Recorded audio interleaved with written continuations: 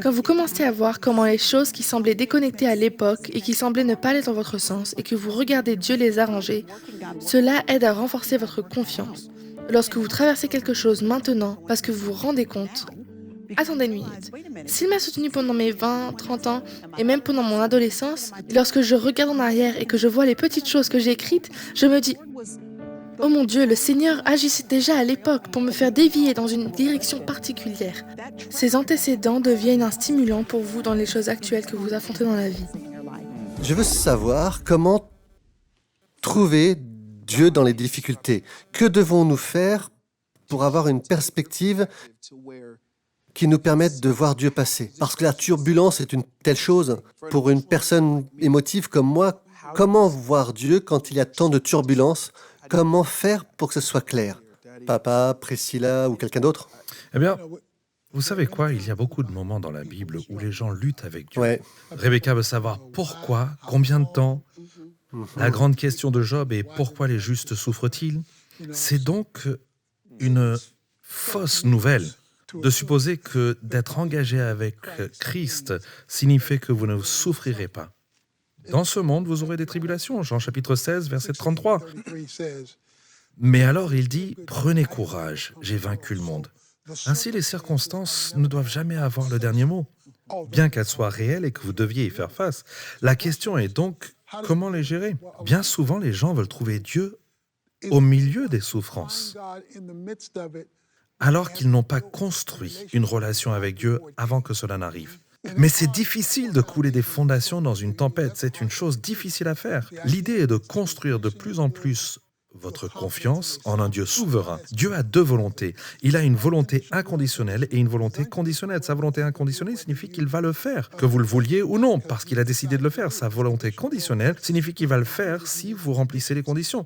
Et il est évident que c'était la volonté inconditionnelle de Dieu de ramener maman à la maison à 70 ans comme il l'a fait, parce qu'on a rempli toutes les conditions et pourtant il l'a quand même fait. C'est donc sa volonté inconditionnelle. Mais si vous croyez seulement que Dieu a une volonté conditionnelle, vous serez déçu lorsque vous aurez rempli les conditions et que le contraire se produit. Mais quand vous savez qu'il y a une volonté inconditionnelle, que son plan souverain l'emporte sur nos désirs, pour sa gloire et notre bien, eh bien peut-être que ce que Dieu voulait faire était utiliser notre perte, qui était dans sa volonté, afin d'aider les autres dans leur perte et leur chagrin et leur douleur et leur lutte. Parce que Dieu ne gaspille jamais les mauvais moments pour nous. Il les utilise pour de bons moments pour les autres. Et pour en revenir à ce que tu as dit, papa, à propos des constructions, de ta confiance et de ta relation avec le Seigneur avant que la tempête n'arrive, je pense qu'une des façons dont les gens peuvent le faire, je sais que cela m'a aidé, je n'avais même pas réalisé que je le faisais, mais en fait, j'écris et je garde une trace des moments où je vois les empreintes de Dieu dans ma vie. Je regarde en arrière maintenant et je réalise que je ne faisais probablement que tenir un petit journal.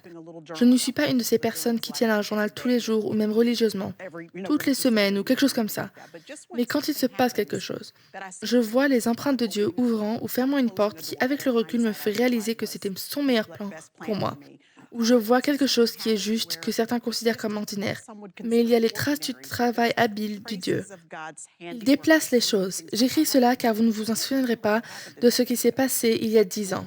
Mais quand vous ouvrez ce petit livre, vous avez griffonné quelques notes sur ce que Dieu a fait. Et puis vous regardez en arrière et vous commencez à voir comment des choses qui semblaient déconnectées à l'époque ou qui semblaient ne pas aller dans votre sens, comment vous regardez Dieu les arranger.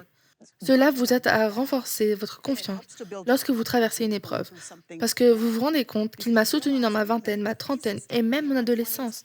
Lorsque je regardais en arrière et que je voyais les petites choses que je notais, que je me disais, oh mon Dieu, le Seigneur agissait même à ce moment-là pour me faire dévier dans une direction particulière. Ces antécédents deviennent un stimulant pour vous dans les épreuves que vous rencontrez actuellement dans votre vie. Mm. J'ai même fait ça avec mes fils. J'ai tenu un petit journal pour chacun de mes garçons.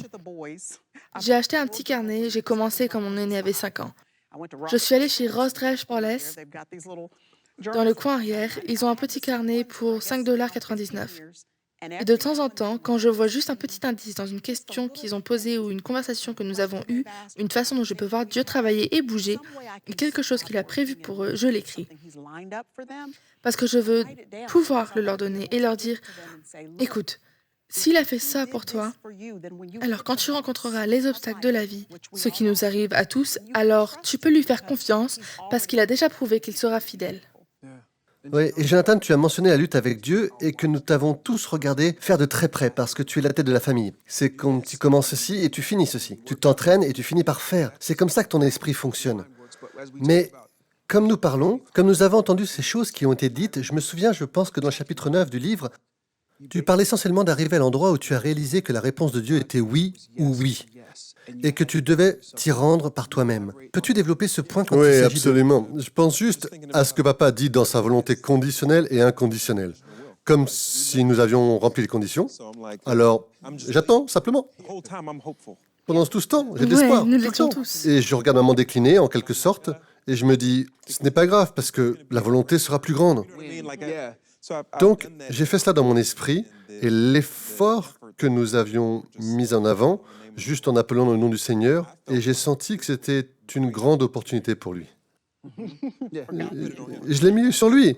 Dieu, c'est une grande opportunité pour toi maintenant. Maintenant, tu dois profiter de celle-ci, et tout le monde en regarde. Et donc, je suis arrivé à un point où je me sentais vraiment plein d'espoir à ce sujet.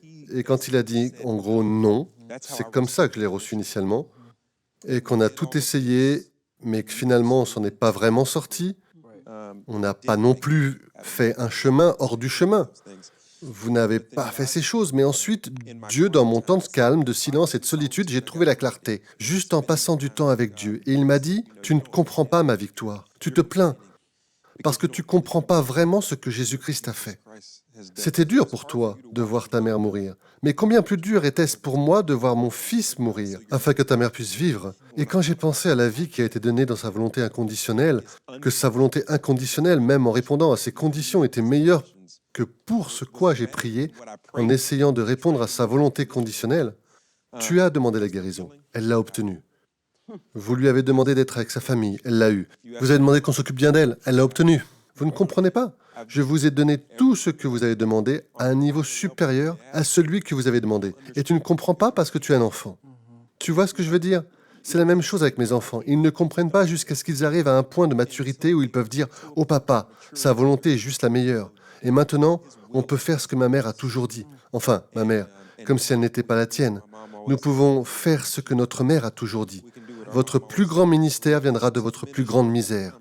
Et avancez. » Une des façons dont papa et moi nous encourageons à travers le football est que dans le football, chaque joueur doit prendre sa retraite. Ça arrive à chaque fois. Et les joueurs qui sont encore sur le terrain sont tristes. Parce que c'est leur pote, vous savez. Et tout ce que nous pouvons faire, c'est baisser la tête et continuer à jouer jusqu'à notre retraite. Parce que vous voulez entendre l'entraîneur vous dire la même chose qu'à lui. Bravo, tu as bien joué. Voici ta veste en or. Profite de ta retraite. Et c'est ce que fait maman. Elle a pris sa retraite. Elle profite de sa retraite dans son repos. Et nous allons baisser la tête, nous allons continuer à faire des efforts jusqu'à la fin de la course. Ouais, il y a tellement de choses qu'on a dû apprendre. Je n'avais pas réalisé, je crois que papa me l'a dit. Il pensait quand on traversait ça, et maman le disait aussi, elle me regardait et disait « Tu vas bien ?»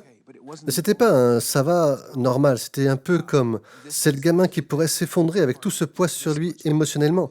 C'était ce genre de « tu vas bien ». Et toutes les choses dont nous avons parlé, toutes les leçons que j'ai apprises en cours de route, même dans les moments difficiles de ma vie, je n'avais pas réalisé qu'elles me préparaient à ce moment. Dans le livre, je ne me rappelle plus quel chapitre, mais nous racontons l'histoire du jeune karatéka que je ne vais pas raconter en entier. Maintenant, Priscilla la raconte beaucoup. Veux-tu en parler rapidement? Je veux dire. Eh bien, juste qu'il y avait beaucoup de... Je veux dire le Karate Kid, celui avec Ouais, Daniel San l'original, et le Mister numéro un, Mister pas, vous savez, Cobra Kai, Miyagi là. de 1984. Mais ça c'est bien aussi, mais l'original. Daniel San veut s'entraîner au karaté. Donc il va chez Monsieur Miyagi et Monsieur Miyagi lui fait gérer sa maison, nettoyer les voitures, peindre les clôtures, poncer le sol. Et Daniel devient extrêmement frustré. Il est comme, ce n'est pas pourquoi je suis ici en fait. Ouais, je suis venu ici pour m'entraîner, pour être capable d'être excellent dans l'art du karaté. Et donc, Monsieur Miyagi voit sa frustration et il commence à donner des coups de poing. Et Daniel, sans y penser, commence à bloquer tous ces coups de poing et coups de pied qui viennent dans sa direction. Il ne savait pas que tout cet entraînement qui lui semblait inutile et banal, comme s'il n'accomplissait rien dans cet entraînement banal, était en fait tout ce dont il avait besoin pour se préparer au combat qu'il apprenait. Il devenait maître dans son art et il n'avait pas l'air sur le moment. Shalom, j'espère que vous avez aimé cette vidéo. Abonnez-vous pour ne pas rater nos programmes. Merci de faire partie de notre famille TBN. Que Dieu vous bénisse. Shalom de Jérusalem.